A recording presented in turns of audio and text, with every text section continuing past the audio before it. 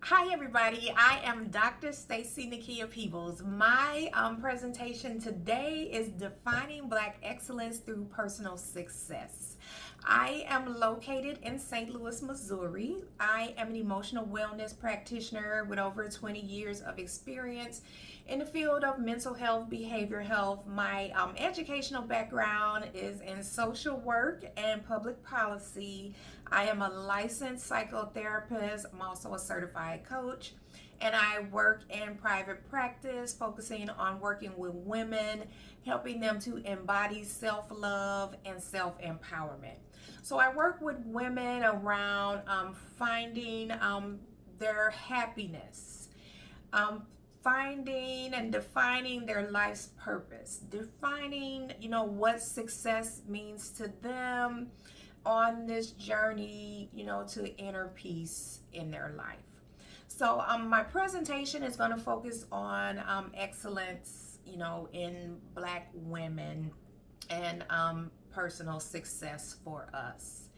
And so I wanted to read a quote, which you may be familiar with, the Malcolm X quote. The most disrespected person in America is the Black woman. The most unprotected person in America is the Black woman. The most neglected person in America is the Black woman. And this is a quote from Malcolm X in 1962. So here we are in 2020, and of course, we still continue to struggle as a community. Oppression, racism. We are disrespected, disregarded by all of the major systems in America. So that's the education system, healthcare system, justice system. And we are in the midst of a very tense political climate around the Black Lives Matters movement, police brutality. This has gone on for generations. Here in St. Louis back in 2014, one of the major incidents happened here, the Mike Brown incident. And I think for me in my lifetime, the first major public event, was the Rodney King incident back in the 90s. As I was graduating from high school. So this is something that we've dealt with, for generations. This was before my time, my parents and the generations before that. And, so I was raised by parents with the mindset of you have to work twice as hard. You have to be twice as good in order to even compete with the white counterparts and to be taken seriously. And I think that that's something that has been ingrained in a lot of us. And as we have continued to, build as a community in this country, we are, as Black women, becoming, more educated than other groups of women. We make up a little bit over 12% of the population in terms of women, but the statistics show that we consistently, outpace the other racial groups in terms of post-secondary education. And I kind of think that goes back to, I know, at least for me, what I was kind of taught by my parents, and that you needed that education, you needed those credentials, you needed that title with your name in order to be taken seriously. But even with all of that, we still are often overlooked in the workplace, passed over for promotions, not taken seriously. If you speak out or speak your mind, you can be labeled the angry Black woman. And a lot of times it is really hard working in certain industries and organizations where you may be one of a few Black professionals. And so that is something that can be pretty stressful. It can be isolating. It can kind of be frustrating. And sometimes you feel like, I have all this education, I have all this experience, and I still am not being taken seriously. And I myself experienced that for many years working in the mental health field. It has historically been a field that was dominated by white women. I mean, that has started to change over time. When I first started, back in the 90s, I was often the only one, in a couple of jobs. And then later, there started to be more people that were coming in. But, it's a very unique situation. And you kind of have to learn to manage that, deal with that, kind of exist in a world that's not really your world, and trying to fit in with that, and at the same time trying to be authentic, trying to be who you are, trying to show up as your best self. And sometimes that can be difficult. And because of that, we are seeing a lot of more entrepreneurship among Black women, in recent years. And again, there we are outpacing, the other races and owning businesses, starting businesses. And the most recent statistics I found, I think, was in 2018. And, there's business is booming really for Black women as entrepreneurs. But in that realm, you still kind of also run into some of those same things. So we were kind of taught, we have to work hard, and we have to, show up and be a strong force to be reckoned with in order to be recognized and to be taken seriously. And I think, that is definitely something that we do have to do.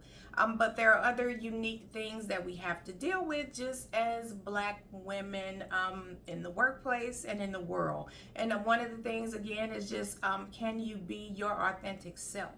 Or are you going to be judged? Are you going to feel ostracized? Are you going to feel out of place?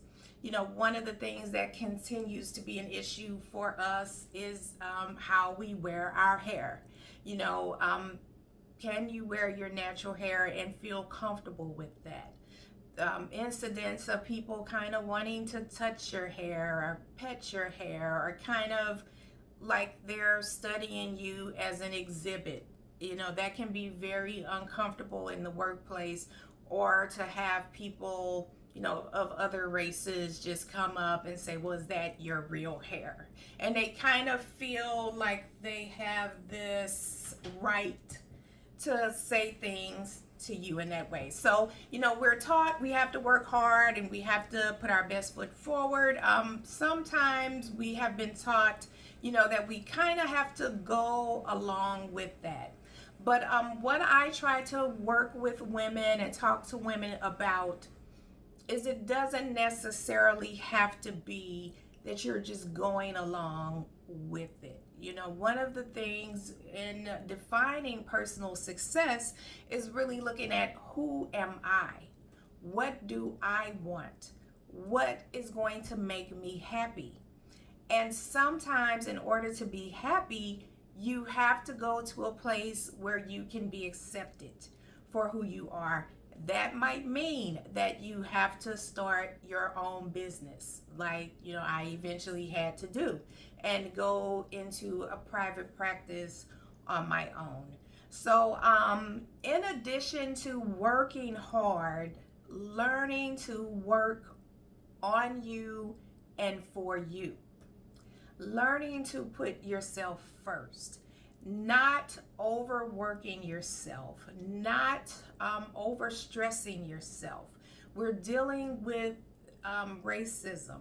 We're dealing with the racial trauma of all the different things that are happening in our world and in our community. And we are trying to hold it in, and we're trying to hold it together. And we often fall into what I call the strong Black woman syndrome. And I really work with women to try to help them step outside of that, to understand that to need assistance, to need support, doesn't make you weak. You know, it really makes you strong when you can recognize that and you can work on you and do the things that feel good for you. So I work with women a lot on developing healthy boundaries, whether that's in their romantic relationships, their families, in the workplace. There are times when you have to say no and to not feel guilty about that. And to know and to understand that you have to take care of yourself. Stress, depression, anxiety, those are things that we as the Black community tend to hold in.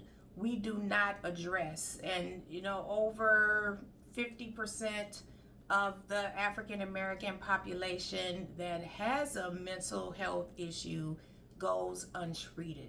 A lot of it is because of the stigma. So I really just work with women around defining what is success really. You know, because it's not about the letters you have behind your name necessarily or the amount of money that you are bringing in.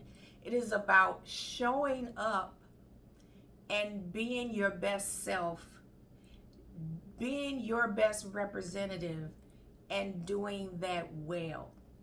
And if you get into a situation, you can literally work yourself to death for a job.